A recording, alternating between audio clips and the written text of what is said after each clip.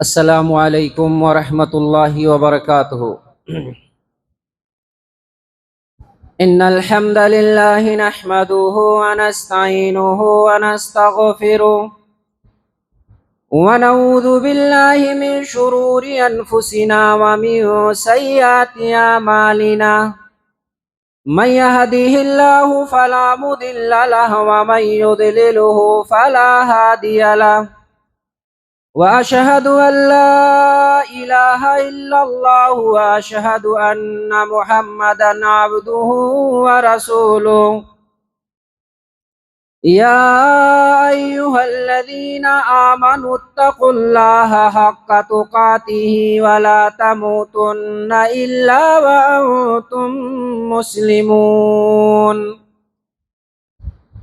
या अय्युहन्नासुत्तक़ू रब्बकुमुल्लज़ी ख़लक़कुम मिन नफ्सिन वाहिदा व ख़लक़ मिन्हा ज़ौजहा व बत्थ मिन्हुमा रिजालन कसीरन व निसाअ वत्तक़ुल्लाहा अल्लज़ी तसाअलून बिही वल अर्हाम इन्नल्लाह काना अलैकुम रक़ीबा।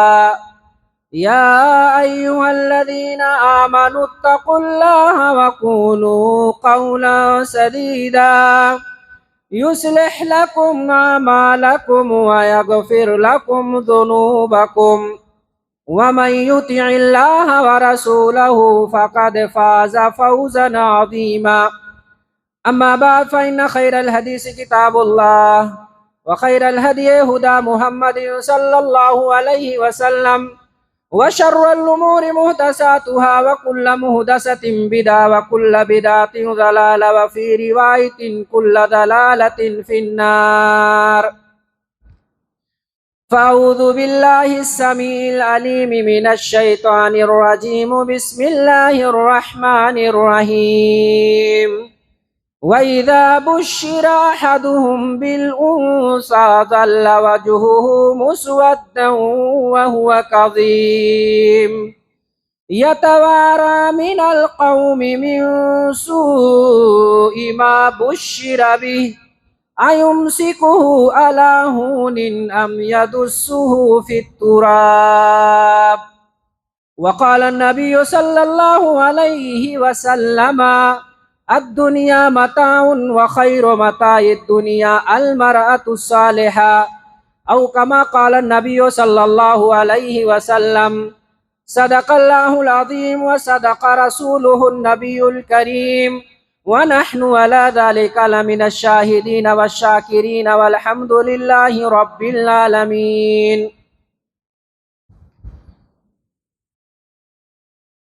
मोहतरम हाज़रीन, बुज़ुर्गों, नौजवानों, अज़ीज़ बच्चों, पसे पर्दा ख़वातीन, मिल्लत इस्लामिया,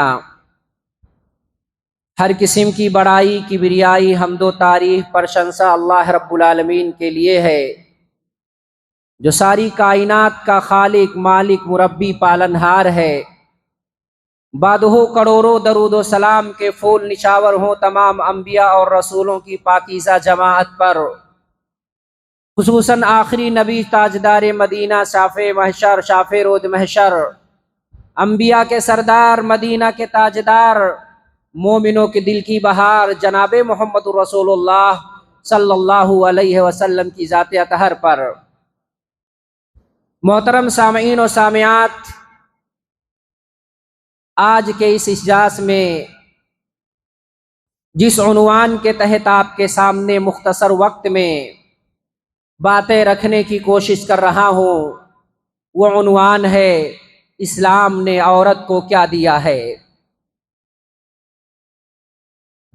गुज़श्ता चंद सालों से कुछ असामाजिक तत्वों का ये नारा सुनाई दे रहा है कि इस्लाम ने औरत को कैदो बंद में रखा है, इस्लाम ने औरतों को उनके हुकूक से महरूम कर दिया है, इस्लाम ने औरतों से उनकी हुर्रियत छीन ली है, इस्लाम ने औरतों से उनकी आज़ादी छीन रखी है, इस्लाम ने औरतों की इज्जतों को पामाल किया है, उनकी अजमतों को रोड पे ला करके खड़ा कर दिया है। इस तरह से मोतरजीन इस्लाम पर एतराज करने वाले ये एतराज करते हुए गली कूचों, नगर डगर और शहरों में नजर आते हैं। जिन्हें अपने घर की फिक्र नहीं है, जो अपनी औरतों के बदन तक मुकम्मल ना ढाक सके हो, जो अपने औरतों के बशरी तकाजे के मुताबिक जो हुकूक होने चाहिए थे वो हुकूक नहीं दे पाते हैं, और आते हैं उस इस्लाम के पर एतराज करने जिस इस्लाम ने औरत को मलिका बना दिया है, शहजादी बना दिया है, और औरत को वो मकाम दे दिया है जो मकाम औरत अपने बारे में सोच भी नहीं सकती थी कि हमें भी इतना मकाम मिल सकता है।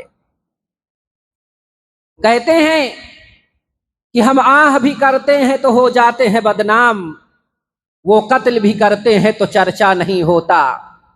वो अपनी औरतों को नंगा घुमाएं तो वो सबसे बड़े हक देने वाले बनते हैं।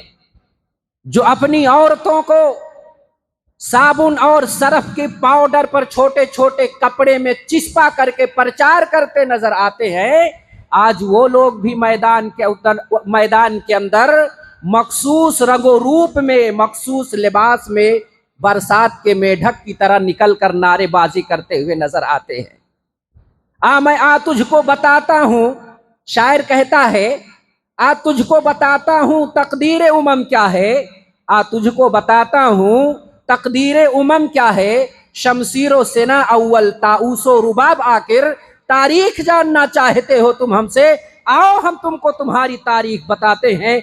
आओ तुम्हारे मसलक के अंदर, तुम्हारे मजहब के अंदर, तुम्हारे अदियाने बातला के अंदर औरत का क्या मकाम और मर्तबा है, वो तुम्हारी किताबों से मैं अपनी जुबान से बताना चाहता हूँ। खासकर उन लोगों को जो इस्लाम पर एतराज करते हुए नजर आते हैं, जो दिल फरेब नारे लगाते हुए नजर आते हैं और इस्लाम के खिलाफ दिन रात षड्यंत्र रचते हैं, दिन रात साजिश करते हैं, उन्हें मैं बताना चाहता हूँ कि तुम्हारे मजहब के अंदर औरत का क्या मकाम और मर्तबा है। आइए सबसे पहले ईसाई मजहब का मुताला करते हैं। ईसाई मजहब के अंदर औरत का क्या मकाम और मर्तबा है। ईसाई मजहब के अंदर औरत को पैदाइशी मुजरिम समझा जाता है। ईसाई दानिश्वरान और उलमा के मुताबिक औरत शैतान की जाल है। तमाम शुरूत व शुरूर व फितन का दरवाजा है। यहां तक कि उनके दानिश्वरान का यह कहना है कि औरत ऐसा बिच्छू है जो हमेशा डंक मारने के लिए तैयार रहता है। जरा आप गौर करें, जिस मजहब के अंदर औरत की ताबीर सांप से की जाती हो, औरत को पैदाइशी मुजरिम समझा जाता हो, औरत को पैरों की जूतियां समझा जाता हो, औरत को शुरूर व फितन और बलियात का दरवाजा तस्वुर किया जाता हो, जिस मजहब का इतना गंदा अकीदा औरत के ताल्लुक से है, भला बताओ वो मजहब औरत को उसका हकीकी मकाम दे सकता है? यहूदी मजहब के अंदर जो पूरी दुनिया में काबिज है, मुट्ठी भर उनकी ताकत है, मुट्ठी भर उनकी तादाद है, लेकिन पूरी दुनिया पे काबिज हैं। कहते हैं, गांव में कहावत है कि चलनी बोले तो कुछ बोले, बात समझ में आती है, सिपोला बोले तो कुछ बोलने का उसे हक है, चलनी क्या बोले जिसके अंदर 72 छेद है। ये यहूदी जिन्हें पाखाना करने का तरीका नहीं मालूम, जो खड़े खड़े कहीं भी मूत लेते हैं, पेशाब कर लेते हैं, आज वो इस्लाम की औरतों के हुकूक की बात करने आए हैं। वो इस्लाम को सिखाने आए हैं कि इंसानियत क्या है। जो इस्लाम इंसानियत का गहवारा है, जिस इंसान ने इंसान को चलने का तरीका सिखा दिया, खाने के आदाब बता दिए, अब मुआशरत जिंदगी गुजारने के तरीके बता दिए, उनके ऊपर आए हैं ये एतराज जो करने के लिए कि इस्लाम ने तो औरतों से उनके हुकूक छीन लिए और मुआशरे में कैसे रहा जाता है वो हमें सिखाने के लिए आए। उनके मजहब के अंदर, उनके कानून और शरीयत के अंदर औरत का क्या मकाम है। औरत बन करके पैदा होना यहूदी मजहब के अंदर शर्म की बात है। औरत को यहूदी पैदाइशी नापाक समझता है। यहूदियों के यहां औरतें नजिस और पलीद होती हैं। जब अय्याम मखसूसा में औरतें होती थीं तो यहूदी अपनी औरतों को घर से अलग कर देते थे, इलाहिदा कर देते थे। उनके लोटे और बर्तन अलग कर देते थे, उनके खाने की चीजें अलग कर देते थे, उनके बिस्तर अलग कर देते थे, और इसी तरह से उनसे कोई बातचीत नहीं करता था जब औरत हालते हैज के अंदर होती थी। इस्लाम आया, इस्लाम आया। मुस्लिम शरीफ की रिवायत है, सैयदना अनस इब्न मालिक बयान फरमाते हैं कि अनस इब्न मालिक रज़ियल्लाहु अन्हु क़ाल अन्नल यहूद कानू इज़ा हादतिल मरअतु फ़ीहिम लम युआकिलूहा व लम युजामिऊहुन्ना फ़िल बुयूत, अख़रजहु मुस्लिम फ़ी किताबिल हयद। हज़रत अनस इब्न मालिक रज़ियल्लाहु तआला अन्हु बयान फरमाते हैं कि जब यहूदियों के यहाँ औरत हालत हैज़ में होती थी, एक यहूदी के यहाँ जब यहूदिया अय्याम हैज़ में होती थी, ना तो ये उसके साथ खाना खाते थे, न उसके साथ पानी पीते थे, न उसके साथ उठते थे, न उसके साथ बैठते थे। यहां तक कि मर्द अपनी बीवी को इलाहिदा कर देता था, उसके बिस्तर को अलग कर देता था। लेकिन मेरी माओ और बहनों, इस्लाम पे कुर्बान जाओ और प्यारे मुस्तफ़ा की सुन्नत पर कुर्बान जाओ। इस्लाम आया, नबी आए, फरिश्ता आया, वही आया, रब का फरमान आया। जनाबे मोहम्मद रसूलुल्लाह से एक सहाबी ने पूछ लिया, अय अल्लाह के रसूल, यहूदी अय्याम हैज़ के अंदर औरतों से अलग रहते थे, ना उनके साथ खाते, ना उनके साथ पीते, ना उठते, ना बैठते, उनके लोटे और बर्तन को अलग कर देते थे। अय अल्लाह के रसूल, हम हाइज़ा औरतों के साथ क्या करें? अल्लाह के रसूल सल्लल्लाहु अलैहि वसल्लम ने फरमाया था, सुनो, यहूदियों की डगर पे तुम्हें नहीं चलना है। अगर औरत हैज़ में होती है, उसके साथ खाओ भी, उसके साथ पियो भी, उसके साथ उठो भी, उसके साथ बैठो भी, उसके बिस्तर अलग करने का तुमको हक नहीं है। शौहर को सिर्फ और सिर्फ किसी चीज से ममानियत है तो वो जमा से ममानियत है, हम बिस्तरी से रोका गया है। बकिया सारी चीजें अल्लाह के रसूल सल्लल्लाहु अलैहि वसल्लम ने उसके साथ जायज करार दिया।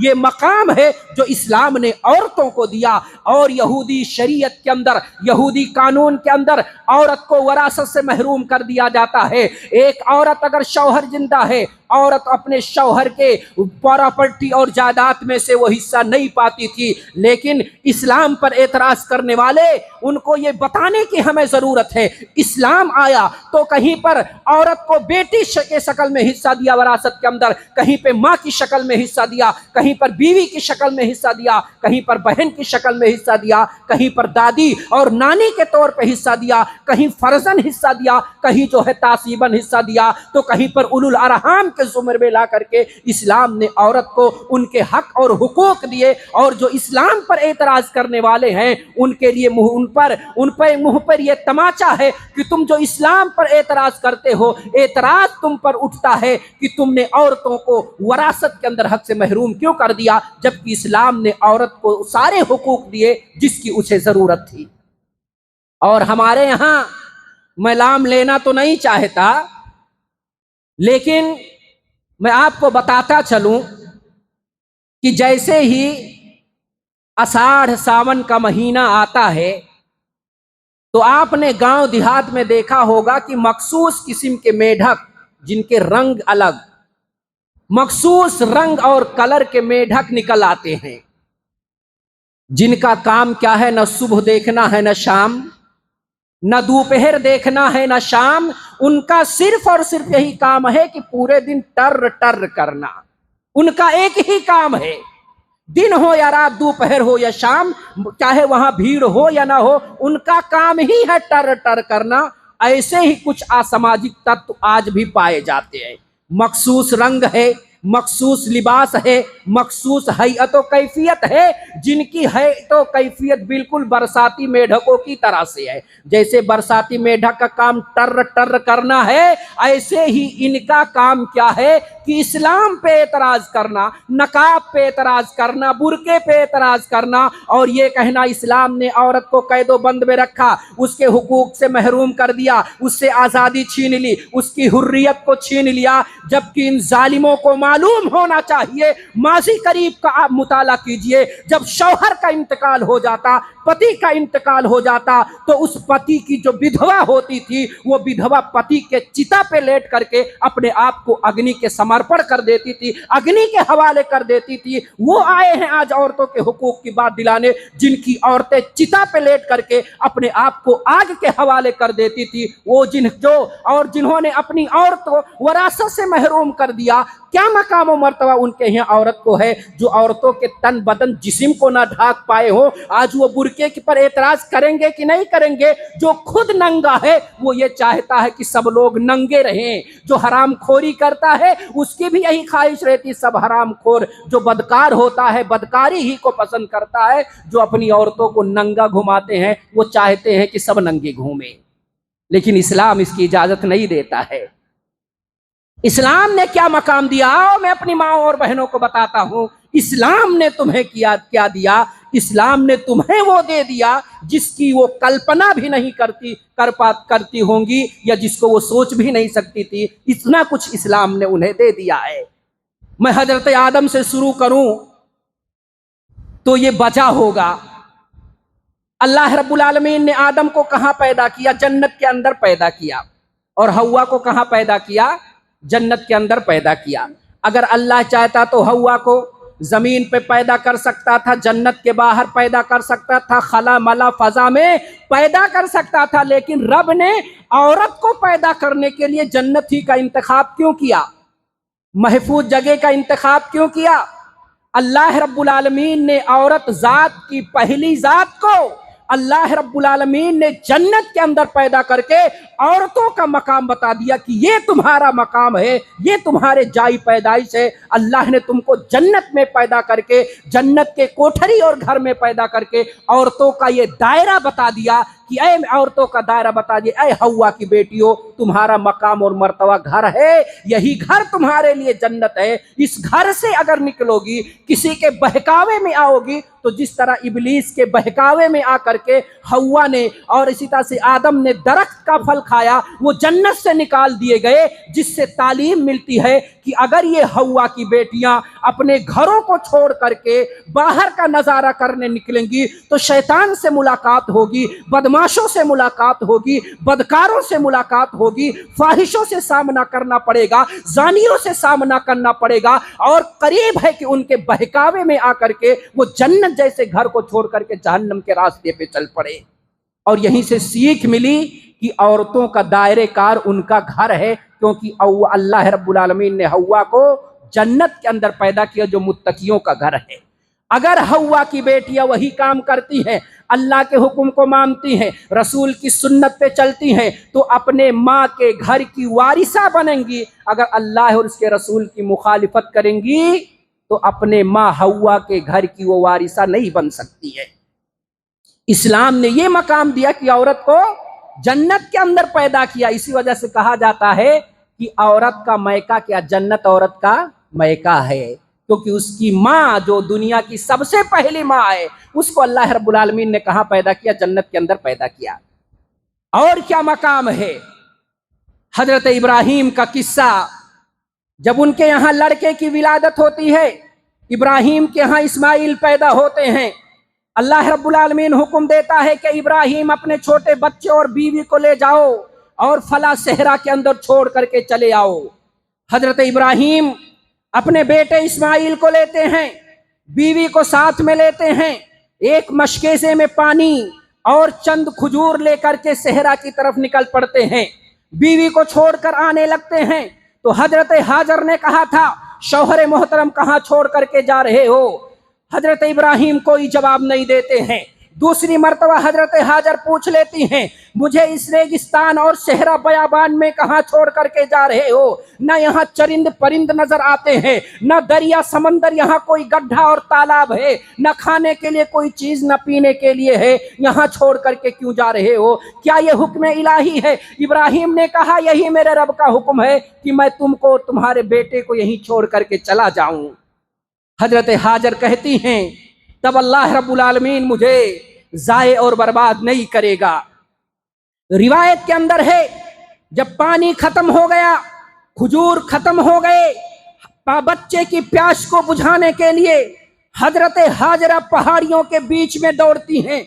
कभी सफा पे दौड़ करके जाती हैं, कभी मरवा पे दौड़ करके जाती हैं कि कहीं कोई काफिला नजर आ जाए, कहीं कोई दरिया समंदर नजर आ जाए, पानी भर के अपने बच्चे की प्यास को बुझा दूं। माँ की ममता तड़पती है, माँ की मोहब्बत उछाल मारती है। बेटे की प्यास को बुझाने के लिए हजरत हाजरा पहाड़ियों पे चढ़ती हैं, कभी सफा पे चढ़ के जाती हैं, कभी मरवा पे चढ़ के जाती हैं ताकि अपने बच्चे की प्यास को बुझा दूं। पानी नहीं पाती हैं, गैब से आवाज आती है कि ओ माँ, अरे बड़े बच्चे के प्यास को बुझाने के लिए पहाड़ों के दरमियान तड़पने वाली औरत, अपने बच्चे के पास लौट जा, रब ने पानी का इंतजाम कर दिया है। हजरत हाजर भाग करके जाती हैं, देखती हैं तो इस्माइल को एक परिंदा साया किया हुआ है, परिंदा पर मारता है, जमजम उबल पड़ता है। ये अदा मेरे रब को इतनी पसंद आई, जो हाजरा दौड़ी थी सफा और मरवा के दरमियान, रब ने कयामत तक आने वाले हाजियों के लिए हज का एक रुकन करार दिया। जो हाजी हज के लिए जाए, एहराम पहन ले, तलबिया पुकार ले, मुजदलिफा में रात गुजार ले, मिना में रात गुजार ले, अरफात के अंदर दिन गुजार ले, शैतान को कंकरी मार ले, जमरे ऊला जमरे सानिया तमाम जमराते सलासा को कंकरी मार ले, हलक करवा ले, जानवर जबह करवा ले, तवाफे इफादा कर ले, सारे अमाले हज कर ले, लेकिन सफा मरवा के दरमियान चक्कर न साथ लगाए तो उसका हज फासिद हो जाता है, उसका हज कबूल नहीं होता है। ये हज, ये सफा और मरवा के दरमियान दौड़ना और सफा और मरवा के सई को हज का एक रुकन करार देना, यहां से एक औरत की तारीख मिलती है कि रब को उस औरत की दौड़ना इतना पसंद आया कि अल्लाह रब्बुल आलमीन ने कयामत तक के आने वाले हाजियों और मर्द औरत तमाम लोगों के लिए हज का एक रुकन करार दिया। ये एक औरत की तारीख है, इस औरत की अदा को रब ने इतना पसंद किया कि तमाम लोगों के लिए रुकन करार दिया। ये मकाम है इस्लाम के अंदर औरत का। मेरी माओ और बहनों, अपने मकाम को समझो, इस्लाम ने तुम्हें कितना अजीम मकाम दिया है। तुम्हारी माँ को जन्नत में पैदा कर दिया, हजरत हाजरा की दौड़ को इतना पसंद किया कि हज का एक रुकन करार दिया। और क्या मकाम है इस्लाम के अंदर औरत का, मैं आपको बताऊं कबल इसके कि मैं जाहिलियत की तरफ इशारा करूं और उसके बाद अल्लाह के रसूल की शरीयत की तरफ आऊं और मैं आपको बताऊं इस्लाम ने औरत को क्या दिया है। जाहिलियत के अंदर औरतों पे जुल्म सितम के पहाड़ तोड़े जाते थे, उनको खरीदा जाता था, उनको बेचा जाता था, बल्कि कई 10 से 12 लोग एक औरत से शादी करते थे। इतना गिरा हुआ मकाम व मर्तबा औरत का था। खरीदना बेचना ये कोई मामूली चीज नहीं है। औरतों को बेचा जाता था, औरतों को खरीदा जाता था और बसा औकात बच्चियों को मनोमन मिट्टी के नीचे दफना दिया जाता था। बच्ची की पैदाइश को आर शर्म महसूस किया जाता था, जिल्लत और रुसवाई का सबब समझा जाता था। अल्लाह के रसूल आए, 40 साल तक मक्का के अंदर मक्का के जाहिलों की हरकत देखते रहे। मासूम बच्चियों को दरगोर किया जा रहा था, छोटे छोटे बच्चियों को मनोमन मिट्टी के नीचे जिंदा दफना दिया जाता था, औरतों बच्चियों को बेच दिया जाता था। कई लोग मिल करके एक औरत की इज्जत को पामाल करते थे। हालत तो ये हो गई थी, जब बाप मर जाता था तो अपनी माँ से बेटा शादी कर लेता था। अल्लाह रब्बुल आलमीन ने जब नबी के सर पे नबूवत और रिसालत का ताज रखा, फरमा दिया जनाब मोहम्मद रसूलुल्लाह पे वही नाजिल करके, ला तनकिहू मा नकह आबाउकुम, ऐ जाहिलो सुनो, जिससे तुम्हारे बाप और दादा ने शादी ब्याह किया है, निकाह मुजर्रद किया है, जमा किया हो या ना किया हो, मुजर्रद अक्द की बुनियाद पर, निकाह की बुनियाद पर अल्लाह रब्बुल आलमीन ने तुम पर तुम्हारी माँ को हराम करार दिया, अब अपनी माँ से कोई निकाह नहीं कर सकता है। बच्चियों को जिंदा दरगोर कर दिया जाता था, दफना दिया जाता था। जब नबी को नबूवत और रिसालत मिली, वही का सिलसिला आया, तो अल्लाह रब्बुल आलमीन ने नाजिल कर दिया वइदल मऊदतु सुइलत बिअय्यि ज़ंबिन कुतिलत, जिंदा दरगोर बच्ची से पूछा जाएगा किस गुनाह के इवज और पादाश में तुझे मनोमन मिट्टी के नीचे दबा दिया गया। अल्लाह के रसूल सल्लल्लाहु अलैहि वसल्लम ने ऐलान कर दिया कि ऐ लोगों, अब कोई बच्ची जिंदा दफन नहीं की जाएगी। कुरान इस दफन की तरफ इशारा करते हुए फरमाता है वइज़ा बुश्शिरा अहदुहुम बिल उन्सा ज़ल्ला वजहुहु मुस्वद्दन व हुवा कदीम। जब उन्हें लड़की की बशारत दी जाती, लड़की की खुशखबरी दी जाती, तो उनके चेहरे सियाह हो जाते और वो प्लानिंग करते रहता, लोगों से मुंह छुपा करके घूमता, प्लानिंग करता कि अयमसिकहु अला हुन, कि क्या जिल्लत और रुसवाई को बर्दाश्त करते हुए उसे रोके रखे, अम यदुस्सुहु फित तुराब, या उस मासूम बच्ची को मिट्टी के नीचे दफना दे। ये दिल के अंदर प्लानिंग करता था। अल्लाह के रसूल के पास एक सहाबी आए और कहा अल्लाह के रसूल, मेरी एक बहुत प्यारी बच्ची थी, मेरे पास खेलते हुए आती थी।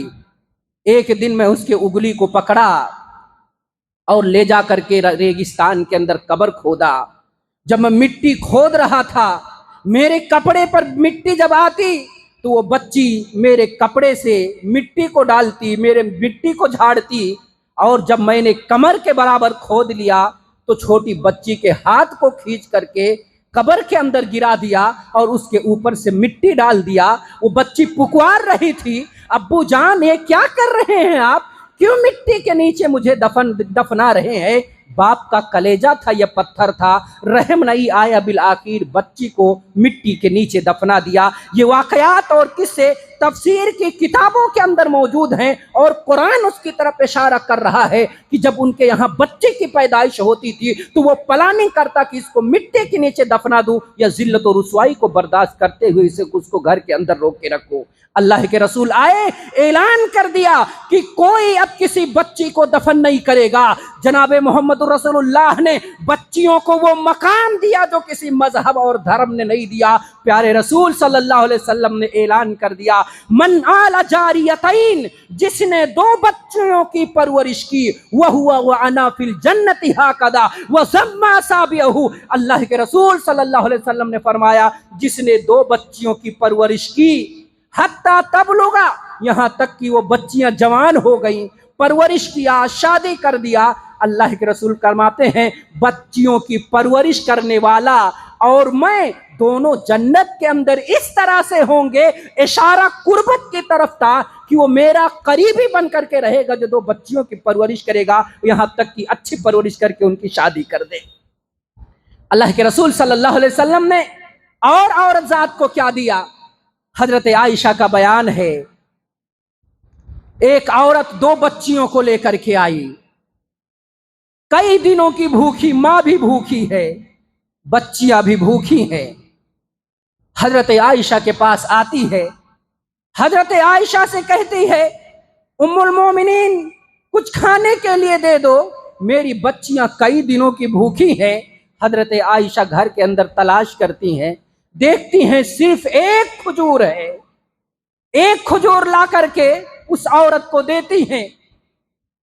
वो औरत खजूर के दो हिस्से करती है और एक हिस्सा एक बेटी को देती है, दूसरा हिस्सा दूसरे बेटे को देती है, पेट पर पत्थर बांध करके चली जाती है। हजरत आयशा ताज्जुब करती हैं, अल्लाह के रसूल से कहती हैं ऐ अल्लाह के रसूल, एक औरत आई थी, दो बच्चियों के साथ में आई थी, दोनों बच्चियां भूखी थी, मैंने उसको एक खजूर दिया, खजूर के दो हिस्से करती है, एक हिस्सा अम्मी अपना का, एक हिस्सा एक बेटी को देती है, दूसरा हिस्सा दूसरे बेटी को देती है। ये माँ की ममता और माँ की मोहब्बत है। ये दुनिया के अंदर ये मोहब्बत न आपकी बहन आपको दे सकती है, न आपकी बीवी आपको दे सकती है, न आपका बाप आपको दे सकता है, न आपके रिश्तेदार आपको दे सकते हैं। जिस बीवी की वजह से आज एक शौहर अपने माँ को छोड़ देता है, अपनी बहन को बीवी के लिए छोड़ देता, अल्लाह की कसम पूरी दुनिया की मोहब्बत का तुलना अगर माँ की मोहब्बत से किया जाए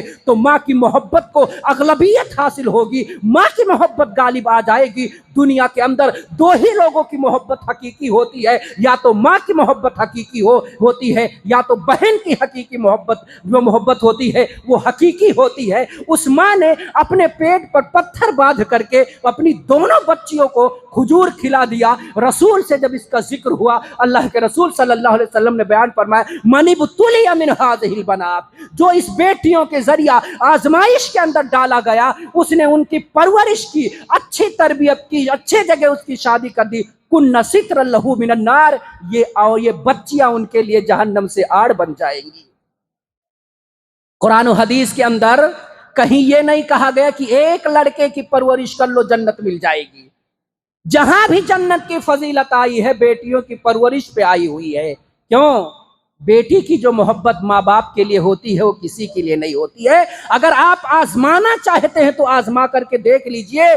कभी आपका बेटा भी बैठा हो, आपकी बेटी भी बैठी हो और बाप कहे, आह मेरे सर में बड़ा दर्द हो रहा है, बेटी दौड़ करके भाग कर आएगी, अब्बू जान कहाँ आपको दर्द हो रहा है, वो प्यार से आपकी कदम भी दबाएगी, आपके सर को दबाएगी। लेकिन आपका बेटा जिसके लिए आप हलालो हराम की भी तमीज नहीं करते हैं, वो बैठ करके या तो पबजी गेम खेलेगा या तो मोबाइल इस्तेमाल करेगा, वो आपके करीब नहीं आएगा। बेटी ही वो जात है कि अगर बाप के सर में थोड़ा सा भी दर्द हो, वो अपने ससुराल भी रहती है तो भागते हुए आती है कि मेरे अब्बा अम्मा को क्या हो गया है। वो शौहर के यहाँ शौहर के हुकूक भी अदा करती है, अपने बच्चों के भी हुकूक अदा करती है, सास ससुर के हुकूक अदा करती है, देवर जेठ के हुकूक अदा करती है, घर के काम काज भी करती है। और जब उसको पता चल जाए कि मेरी अम्मा बीमार है तो वो बेचारी टाइम निकाल करके अपने माँ के पास भाग करके चली आती है। लेकिन बेटे के पास अगर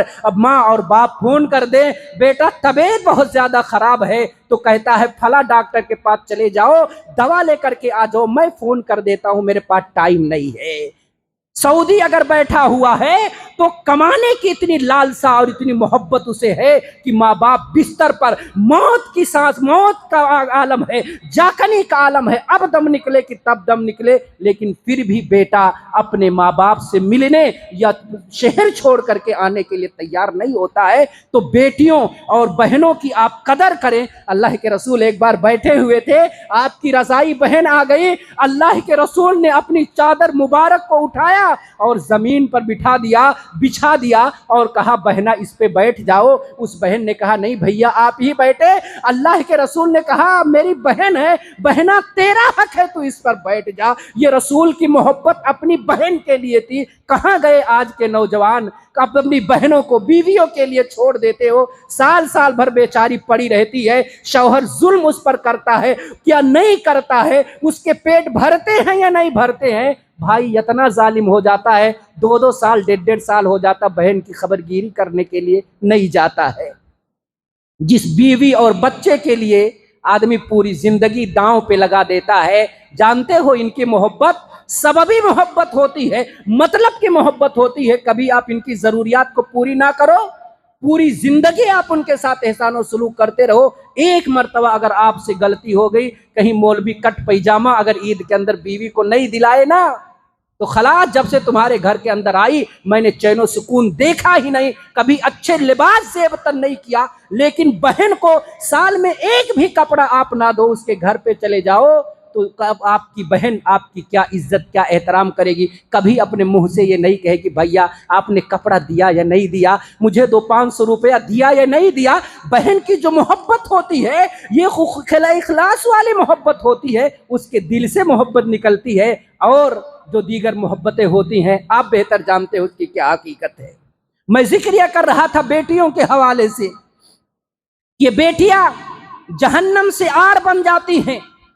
अब्दुल मालिक मुजाहिद ने एक किस्सा जिक्र किया है। एक आदमी के यहाँ 6 बच्चियां पैदा हुई। 6 बच्चियां पैदा हुई, बीवी से जाकर के कहता है अगर 7वीं बेटी पैदा हुई तो तुझे तलाक है। वो बीवी परेशान हो जाती है कि मैं 6 बच्चियों को लेकर के कहाँ जाऊंगा, 7वीं हमल अगर बेटी पैदा हुई 7वें बार तो शौहर तलाक दे देगा। इतना कह करके शौहर अपने रूम में चले जाता है, वो सो जाता है, ख्वाब देखता है वो आदमी कि हिसाबो किताब हो रहा है, जन्नत और जहन्नम के फैसले हो रहे हैं, नामे अमाल कहीं दाहिने से दिए जा रहे हैं, कहीं बाएं से दिए जा रहे हैं। मैं भी उन लोगों में से हूं जिनको कन्फर्म टिकट मिल गया है कि तू जहन्नमी है, वारंट कट गया है कि तू जहन्नम के जेल में जाएगा। वो परेशान हो जाता है। जब फरिश्ते उसको पकड़ करके जहन्नम की तरफ जाने लगते हैं, जहन्नम के पहले दरवाजे पे पहुंचते हैं, वहां पे पहली बेटी खड़ी मिलती है और कहती है मेरे अब्बू जान को कहां लेकर के जा रहे हो? मैं अपने अब्बू जान को जहन्नम के अंदर दाखिल नहीं होने दूंगी। बाप कहता है, ख्वाब का जिक्र है, बाप कहता है बेटी मैंने तुझे कभी प्यार से बेटी नहीं कहा, कभी प्यार से तुझे खिलाया नहीं, कभी बदन ढकने के लिए कपड़े नहीं दिए, कभी पेट भरने के लिए मुकम्मल खाना नहीं दिया। मेरी बच्ची तो मुझे जहन्नम से रोक रही है।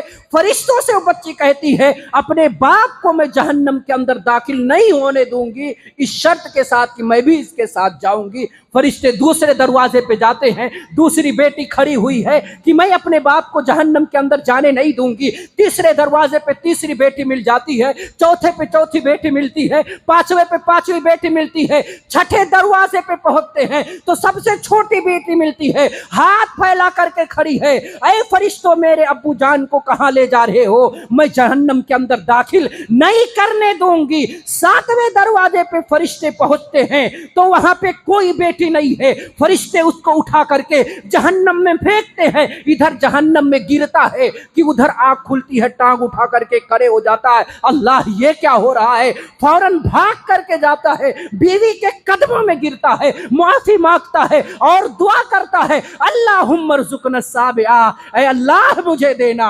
सातवीं हबल अगर देना तो बेटी अता करना। यही वजह है कि प्यारे रसूल ने फरमाया था जिसने बच्चियों की परवरिश की, अच्छी परवरिश की, अच्छी तालीम दे दिया, ये बेटियां उसके लिए जहन्नम से आड़ बनेंगी, उसको जहन्नम से जाने से रोकेगी। जिन बेटियों को हम हकीर समझते हैं, जलील समझते हैं, जब बाप ऑफिस से आता है, बेटा भी दौड़ करके आता है, बेटी भी दौड़ करके आती है, तो बाप क्या करता है? बेटे को उठा करके कंधे पे बिठा लेता है और बेटी को उठा करके, बेटी को हाथ पकड़ के, उस नन्ही नन्ही बेटी है, पाँव में जूते नहीं है, ऐसे जालिम बाप को देखा गया कि अपने बेटियों को पैदल चला रहे हैं और बेटे को कंधे पे बिठा रहे हैं। क्या अल्लाह तुमसे नहीं पूछेगा? निकाह जब कर देता है जालिम बाप तो कहता है मैंने तुझको गाड़ी 4 व्हीलर दिया है, 5 लाख तेरी शादी में खर्चा किया है, अब तुझे वरासत में मैं क्या हिस्सा दूं? साल साल भर हो जाता है, न बेटी के घर बाप जाता है, न भाई जाता है, जबकि सारी प्रॉपर्टी के अंदर बहना की भी हिस्सा है। मेरे भाइयों, जरूरत इस बात की है कि बहनों का ख्याल किया करे। इस दुनिया के अंदर अगर कोई हकीकी मोहब्बत करने वाली जात है तो वो माँ की जात है, वो बहनों की जात है। बहनों की मोहब्बत बेलौस होती है, हकीकी होती है। आप कुछ लेकर जाएं या ना जाए, बेबहन के दरवाजे पे पहुंच जाओ तो उसका दिल बड़ा हो जाता है कि मेरे घर पे मेरा भाई आया हुआ है। ये मकाम है जो इस्लाम ने बच्चियों को दिया। इस्लाम ने किसको दिया? औरतों को दिया। कहीं बेटी की शक्ल में वरासत में दिया, कहीं औरत की शक्ल में दिया, कहीं बहन की शक्ल में दिया। मेरे भाइयों, ये मकाम है इस्लाम के अंदर औरत का, जो किसी दीगर धर्म और अदियान के अंदर आप नहीं पाएंगे। और इस्लाम ने क्या दिया औरत को? हजरत खदीजा का वाकया आपने 12 सुना होगा। हजरत खदीजा को अल्लाह रब्बुल आलमीन सलाम भेजवा रहा। बुखारी की रिवायत है कि नबी हुरैरा रज़ियल्लाहु अन्हु क़ाल अता जिब्रील नबी सल्लल्लाहु अलैहि वसल्लम फ़क़ाल या रसूल अल्लाह हादिही खदीजतु अतत व माहा इनाउन फीह इदामुन औ ताआमुन औ शराब फ़इज़ा हिया अतत का फ़क़रा अलैहा सलाम मिन रब्बिहा व मिन्नी व बश्शिरहा बिबैतिन फिल जन्नति ला बिबिन कसबिन ला सखब फीहा वला नसबा। अखरजुल बुखारी फी किताब मनाकिबिल अंसार। मुस्लिम शरीफ, बुखारी शरीफ की रिवायत है। हजरत अबू हुरैरा बयान फरमाते हैं अल्लाह के रसूल के पास जिब्रील अमीन आए। अल्लाह के रसूल से कहते हैं ऐ अल्लाह के रसूल, अभी रास्ते में आपके पास हजरत खदीजा आ रही हैं और उनके हाथ में बर्तन बर्तन है, या तो उसके अंदर खाने वाली चीज है, या उसके अंदर पीने वाली चीज है, या उसके अंदर कोई सालन है, वो लेकर के आ रही हैं, वो आपके पास आ रही हैं। ऐ अल्लाह के रसूल, अगर वो आपके पास आ जाएं, फकरा अलैहा सलाम मिर रब्बिहा, तो अपने रब की तरफ से हजरत खदीजा पर सलाम भेजना और मेरी तरफ से भी सलाम भेजना, और खदीजा को बशारत दे देना खोखले मोतियों वाली जन्नत की, जिसके अंदर ना कोई शोर होगा, ना कोई शराबा होगा, ना कोई थकान होगा। मेरे भाइयों और बहनों, ये हदीस बयान करने का मकसद ये है, ये हदीस बयान करने का मकसद ये है कि जिस औरत को अल्लाह अर्श से सलाम भेजवा रहा है, वो कोई और मजहब की औरत नहीं है, वो मजहब इस्लाम की औरत है, वो मोमिनों की माँ है, जिनके माँ का ये आलम है कि अल्लाह उस पर सलाम भेजे, जिब्रील उस पर सलाम भेजे। तो औरत का मकाम और मर्तबा आप अंदाजा लगाएं क्या हो सकता है, कितना बड़ा मकाम और मर्तबा इस्लाम ने एक औरत को दिया। आखिरी हदीस बयान करके मैं अपनी बात को खत्म करता हूं, वक्त की किल्लत है।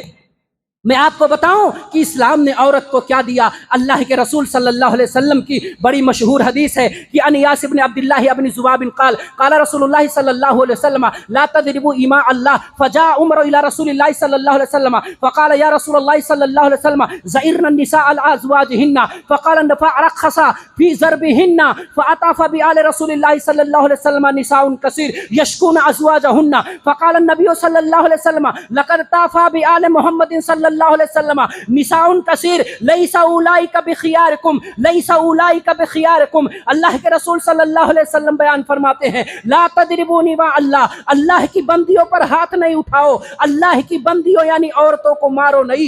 ये अल्लाह के रसूल ने ऐलान किया। जब ये ऐलान हो गया तो औरतों के बारे में हजरत उमर आकर के शिकायत करते हैं, अल्लाह के रसूल जब से आपने हुक्म जारी कर दिया कि औरतों पे हाथ मत उठाओ, ज़इरन निसा अला अज़वाजिहिन्ना, उमर भाग करके दरबार नबूवत में आते हैं, शिकायत करते अल्लाह के रसूल ये औरतें शेर हो गई हैं मर्दों पर, ये औरतें मर्दों पर शेर हो गई हैं, औरतें मर्दों पर गालिब हो रही हैं। ऐ अल्लाह के रसूल क्या किया जाए। अल्लाह के रसूल फरमाते हैं, रिवायत के अंदर है फरख़्ख़स फ़ी ज़रबिहिन्ना, अल्लाह के रसूल ने कहा उन्हें अदब सिखाने के लिए, सबक सिखाने के लिए तुम मार सकते हो। दूसरे दिन सहाबा ने औरतों की यतनी पिटाई कर दी कि सारी औरतें जमा होकर के अज़वाज मुतहरात नबी के बीवियों के पास आती हैं, शिकायत करती हैं कि हमारे शौहरों ने हमें बहुत मारा है, हमारी धुलाई कर दी है। अल्लाह के रसूल से अज़वाज मुतहरात शिकायत करती हैं कि ये मुहाजिरीन और अंसार की औरतें अपने शौहरों की शिकायत लेकर के आई हैं,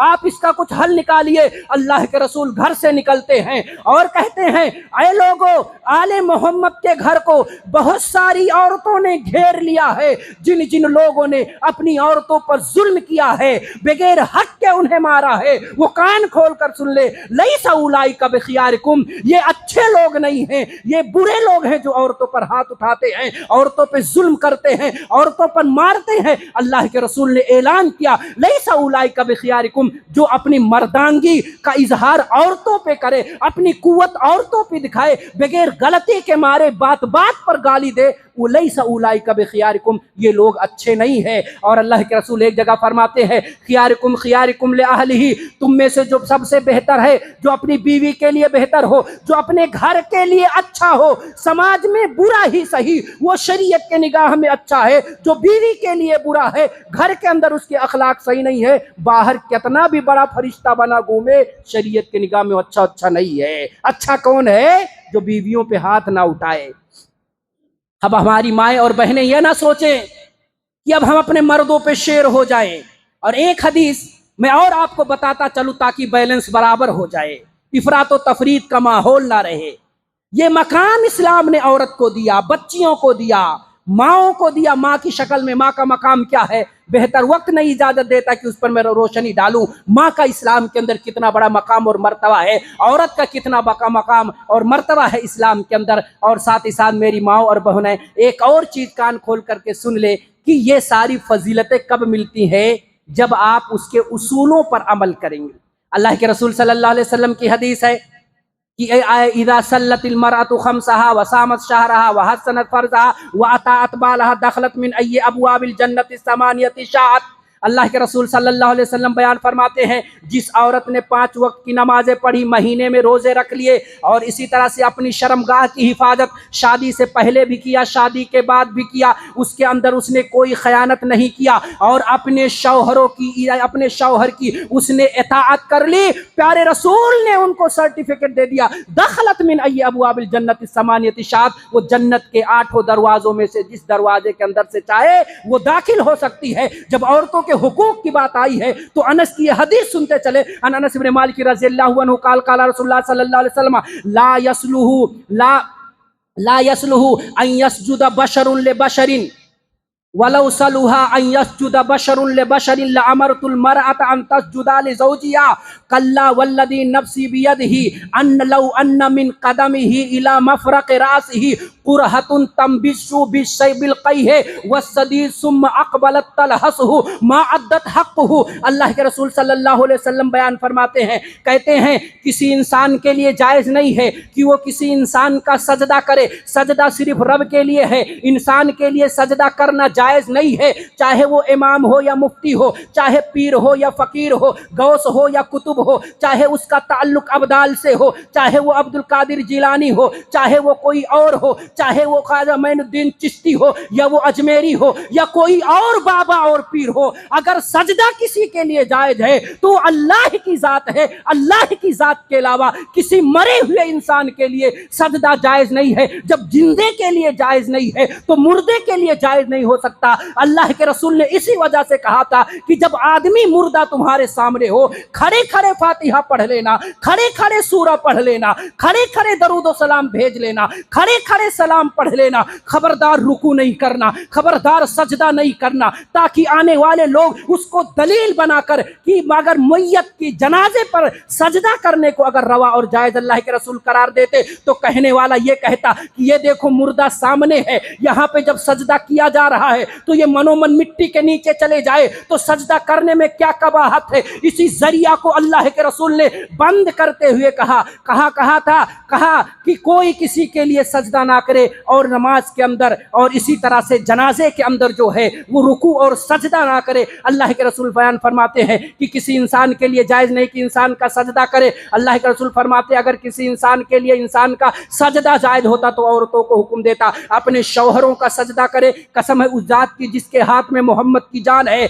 अगर कोई आदमी, अगर कोई शौहर अपने कदम से लेकर के अपने सर तक पीप और मवाद में डूबा हुआ हो और औरत उसके पास आकर के अपनी जुबान से चाट करके उसके पीप और मवाद को खत्म कर दे, माँ अद्दत हक्का, अल्लाह के रसूल फरमाते तब भी एक बीवी अपने शौहर के हुकूक अदा नहीं कर सकती है। ये मकाम है इस्लाम के अंदर औरतों का और साथ ही साथ मकाम है शौहरों का, दोनों अपने अपने हद के अंदर रहे। इनका शौहर का भी दायरा है, बीवी का भी एक दायरा है, दायरे के अंदर रहें, मिल करके रहें, जुल करके रहें ताकि मंजिल हमारी आसान हो जाए। अल्लाह रब्बुल आलमीन हमें हक बात कहने की तौफीक इनायत फरमाए, जब तक जिंदा रखे ईमान पर, तौहीद पर जिंदा रखे, खात्मा हो ईमान बिल खैर पर हो। वक़ूलु क़ौली वअस्तग़फ़िरु ली व लकुम व लिसाइरिल मुस्लिमीन फस्तग़फ़िरूहु इन्नहु हुवल गफ़ूरुर रहीम। वस्सलामु अलैकुम व रहमतुल्लाहि व बरकातुहू।